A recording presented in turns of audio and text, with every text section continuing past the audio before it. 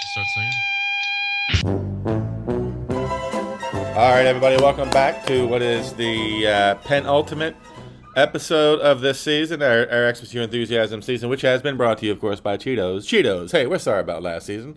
This is our 9th episode of the season, and the episode we're going to be talking about is Meet the Blacks. Yes, this is, of course, a pivotal episode in that we are introduced to not just the Black family, but of course Leon, who would surely nobody knew at this moment he would go and have such an impact on the show. I mean, I kind of knew it, but that's because I'm kind of a genius.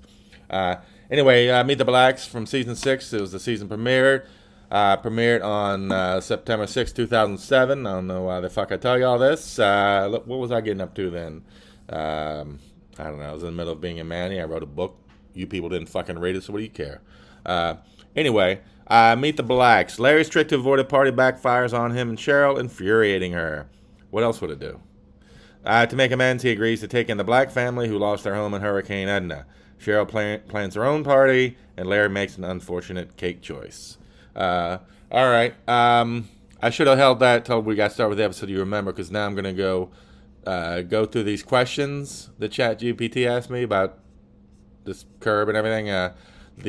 Y'all's response from the last episode when I did answered 5 questions was so overwhelming, I decided to do it again. Obviously, I'm just kidding. None of you motherfuckers gave a shit, but I'm doing it anyway.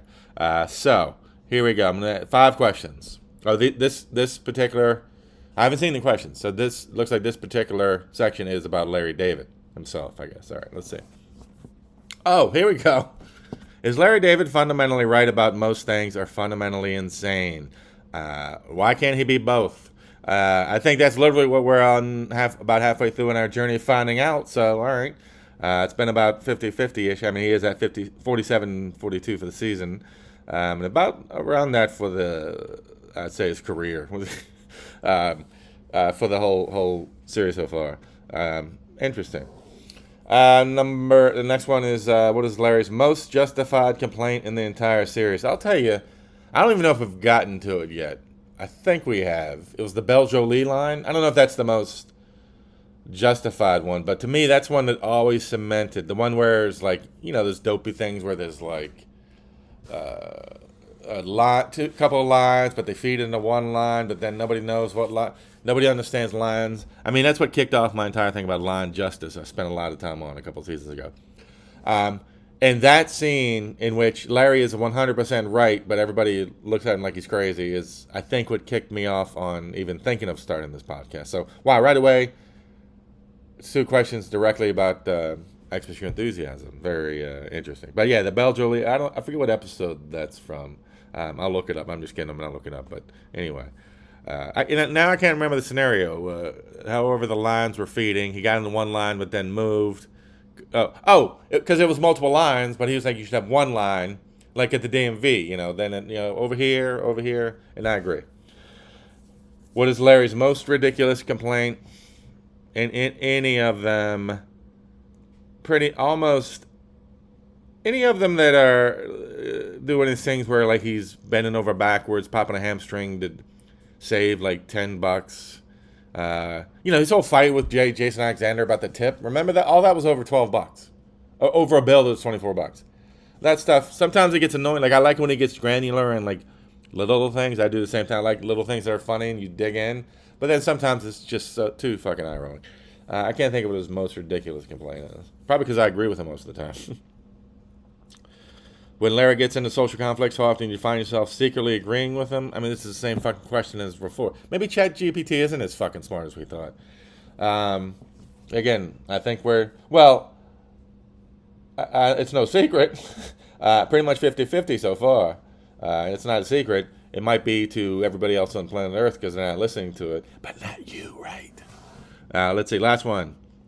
Do you think Larry is aware of how much chaos he causes, or is he genuinely confused every time? I think he seems genuinely confused, which is bizarre. Now, then again, this is television where, it's kind of a reset every 30 seconds. But, we've all seen people where they do stuff like this.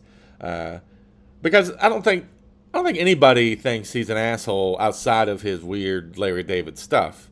So I feel like if he knew these things could be avoided, or if he knew he was setting off all these things, I think maybe he'd be different about it. I think he just genuinely has no fucking idea when he's kicking off most of these things, especially since he does them every 10 minutes. So either that or he's incapable of learning, which could be the case too. But all right, anyway, enough of those bullshit. That was a fucking waste of time. All right, well, let's get into it. From season 6, Meet the Blacks. Ooh, right off the bat, Larry wins this one, even though there's no one in it. The smoke alarm is going off, driving him crazy. In the middle of the night, he gets up and finally beats the hell out of it. I'm giving Larry a win there. Is this his first win against an inanimate object, or even scoring against it? Number one, I agree with him. We all want to smash the fucking fire alarm. I mean, I guess they do save lives, so I should. But also, the scene, let me check, hold on. There, it's still going. It's like 3 fucking minutes. It's 2.5 minutes of episode. So if they're going to take up that much fucking time, they feel it's important, I'm fucking scoring it. So there you go, Larry. Congratulations, you beat a smoke alarm or smoke detector? I mean, I guess it has to do both. I think it was a smoke alarm because it's alarming me to the smoke, but then again, it has to detect the smoke to do that. So I'm not a fucking smoke alarm / detector fucking Encyclopedia Brown genius, so I'm going to wrap this up now. But congrats, Larry. 1-0 for the episode. Okay, as much as I love Larry David, sometimes he has dumb ideas. A couple episodes ago, we did the thing where he tells Jeff, oh, just pretend you're having a nightmare and Susie will sniff out that you don't want to sit in the middle seat of the airplane. It was a dumb fucking idea. But idea? Did I say idea? Oh my God, I'm turning into my aunt. It's finally happening. Good news, fellas.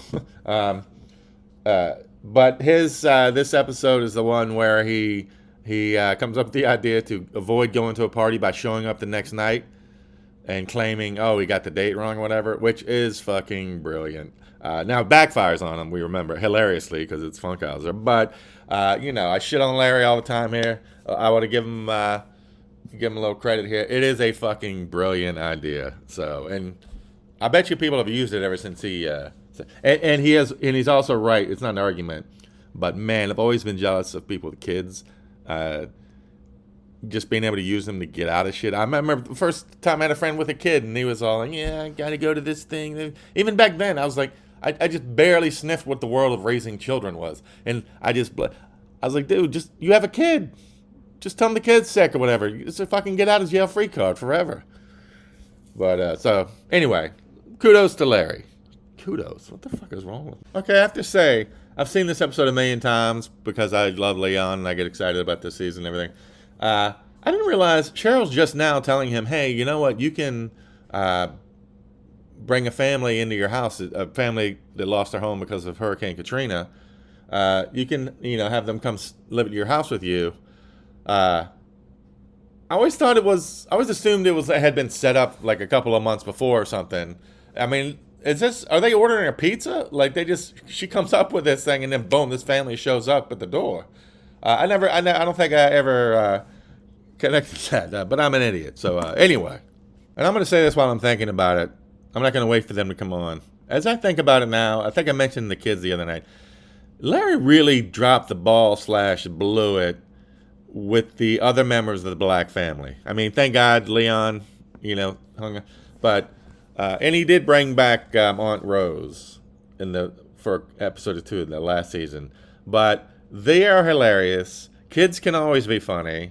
Vivica A. Fox, besides being Vivica A. Fox, if you know what I'm saying, and you should because I'm making my sexy voice face.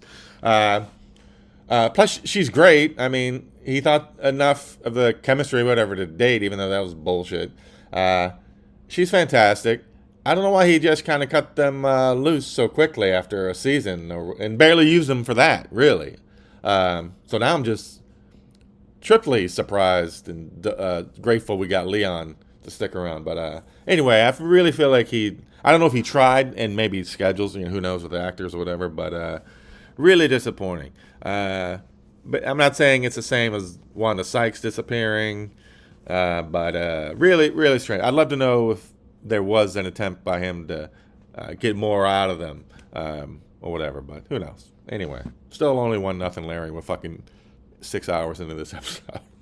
I also have to say, Cheryl grinding away at Larry about, because he's like, I mean, and in his defense, hey, let's bring in a family who lost their home from Hurricane Katrina is a bit jarring to think of. I mean, give him a minute. But he's like, we'll talk about it. And she's just burrowing away. Reminds me of my goddaughter a couple months ago.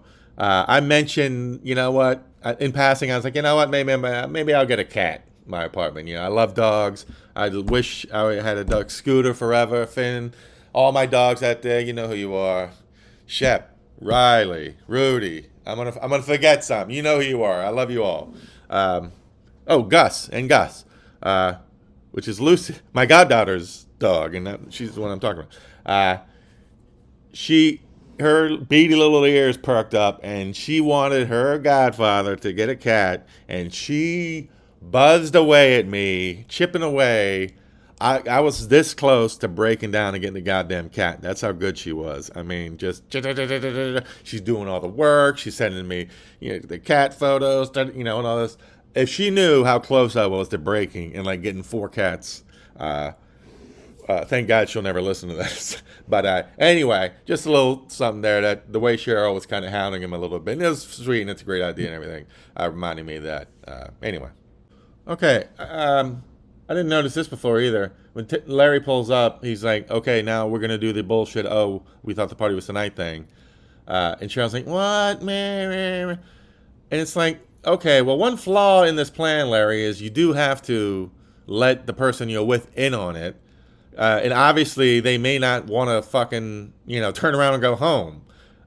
Just stick around with your old ass. So Larry gets his first loss of the episode, 1-1, but that is bizarre. And she's putting up a little fight, but not really. Not for somebody who's like, okay, very strange. He wouldn't have just said, oh, by the way, here's what we're doing. And it's even stranger. I mean, she's not locked up. She bangs around that house all day. I mean, every once in a while, it's like, oh, Cheryl's doing this, but we know she's not fucking doing anything. You think she'd be like, oh, thank God, a night out with normal people. You fucking live with Larry David? Someone waves a little glint of hope of hanging out with other normal adults. You better fucking believe you're jumping out the window, sprinting to go hang out with them. Sprinting. It's like saying mittens. So the idea that she'd be like, put up a little bit of a whimper and then immediately, okay, whatever, is absurd. But anyway, 1-1, Larry. It is a bit confusing because for a split second, she makes it sound like she knows what's happening, but then he just sits there and explains it over and over as if she doesn't. So I'm gonna stick with what I said. And welcome to Funk Houses. So I'm gonna listen in. Okay, I feel like I have to give an overall score for Funkhauser and Larry's back. Larry's like, oh, I shouldn't be here. I should get out of here. It's the party's last night. And they go back and forth fight. Even physically, like he throws Larry on the couch. But I'm gonna give Larry the point. Larry has good intentions at that point, theoretically, technically. So I'm going to give him that, so he's up 2-1. None of that made fucking sense. But I tell you what does make sense. This season of XMAS Enthusiasm being brought to you by Cheetos. Cheetos, hey, we're sorry about last season. 2-1, Larry David. Okay, now at this point I'm getting annoyed.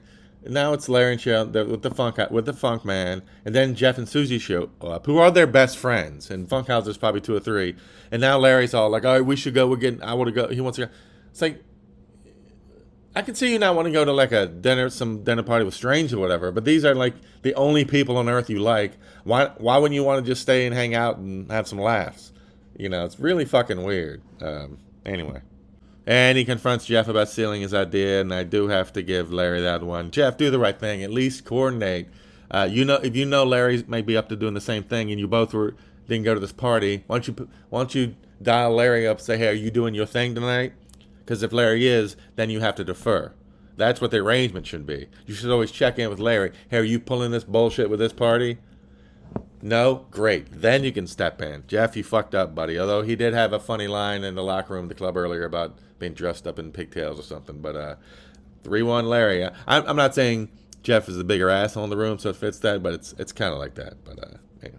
Okay, now Larry's getting fed what looks like incredible cake with wine and his best friends in the world, and he's still bitching and moaning about getting out of there. What the fuck?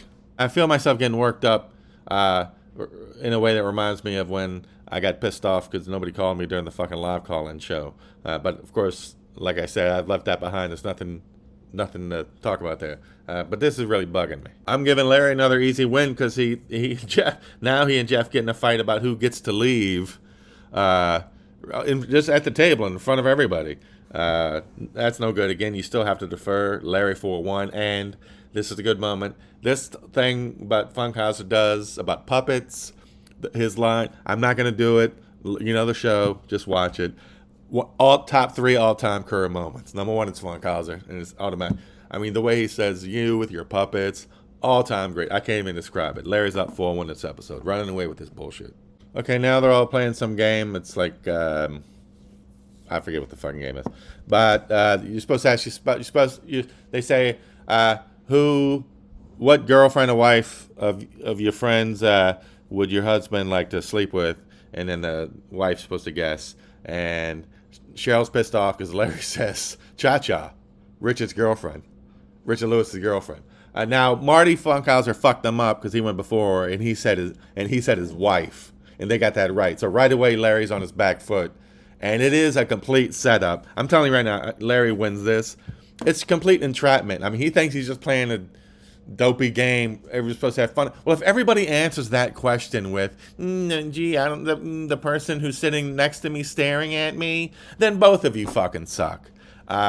So I give Larry was the only one playing the game for real. Plus, let's talk about Cha-Cha. Number 1, I mean, Cheryl looks shook. Like Larry had said, her sister, which is funny because they do later. She was less upset when Larry did fuck her sister later on than when he said this about Cha-Cha. It's like, number 1, she's been in Richard's life for 10 minutes. You know she'll be gone in 10 minutes. At least it's not about someone who's been around for 20 years. And plus, have you seen Cha-Cha? Does both of your eyeballs work? Are they connected to your brain? That's enough said. I mean, give the guy a break. This was complete fucking entrapment. Everyone else is bullshit. And plus, it's never actually revealed what Cheryl wrote down. I mean, I guess we assume she wrote herself, because then Jeff jumps in and throws Larry under the bus. Oh, I would have said Susie, which is hilarious. But anyway, 5-1 Larry, and that was some bullshit. Now, let's be clear. I'm not a cool guy. I'm not saying I'm a cool guy. And believe me, if I ever do somehow get my paws on a girlfriend again in this lifetime, well, number 1, probably never again when I say get my paws on her, you're goddamn right I'm saying whatever I think it is that will please her at that moment. So I'm not saying that I'm any cooler or whatever, but come on. Okay, now we basically have a repeat of the whole Funkhauser house. They show up at Ted Danson's house on the way to pick up the blacks from the airport. Larry's going to do his bullshit thing. But again, he doesn't tell Cheryl this. He's like, oh, I got to pop in here real quick. And there, Ted Danson. It's like, why would he not fucking... Again, I don't fucking understand this shit. You know, maybe I'm wrong. Maybe this isn't a great idea, because Ted throws a big hole in his whole thing. And maybe Funkhauser did too. I might have missed it this time. I can't remember. When Larry's trying to go, okay, well, we'll go home. And Ted's like, hey, you have no plans. You were supposed to be here. Just come here. Come hang out. And it's like, you know what? It is ironically, I mean, I was patting Larry on the back for this, but ironically, this bullshit excuse, by definition, is a terrible excuse, because you gave your whole game away. You showed all your cards. You show up and you're admitting you were prepared to spend the next at least an hour at this place. Wow, I was dead wrong. This is a terrible idea. This should have been sniffed out immediately. You couldn't script the worst idea. Like, what would the exact opposite of good be? I'm just baffled. I'm sorry, I'm not getting words out right. Wow. Anyway, I mean, this fucking idea should have been like the Titanic had sank as it was leaving the dock. This is some bullshit. I'm giving it Ted Danson a win here, even though it's kind of a fake fight, but not really. I'm dinging Larry for this. I should be calling the fucking bullshit police on this, but 5-2 Larry, still looking good, Larry. Wait a minute, I'm such a fucking idiot. I'm also calling Larry bullshit on. We haven't done one of these in a while. You can't claim to be the real George Costanza if in that moment you couldn't have pulled the best excuse out of your ass. Oh shit! By the way, we have to leave to go pick up the blacks at the airport. You have a real excuse. You could have just stopped and said, "Hey, we'd love to come to your party, but we just wanted to stop by on the way to the airport. We got to grab." That is an incredible excuse. Instead, he just fumbles the fucking ball like a fucking idiot. You should be embarrassed to call yourself George Costanza. George would never. He would have had 3 excuses ready to go, and especially if he had a real one in his fucking pocket. Like you did have it. You were on the way to the airport. Do a swing by. Hey, thanks for inviting us. Oh shit. Well, thank God the party's not tonight because I'm on the way to the airport anyway. Not only did you have a great excuse, but during it, you're being a fucking hero. You're saving this family. Man, this is just piling upon itself. Oh my God. Okay, now Larry and Ted, Larry's desperately trying to get out of there. Ted's getting offended. It's a little weird when he's like, okay, Larry, you can check to see if your car's running, but Cheryl, you stay here. But again, Larry, come on. How can you not bullshit your way through this way better? It's just fucking offensive. He's pissing me off. He's being a real asshole. 5'3", Larry. I mean, you got these really nice people who want to hang out with you, and you're just like trying to crawl out the fucking window? What the fuck, man?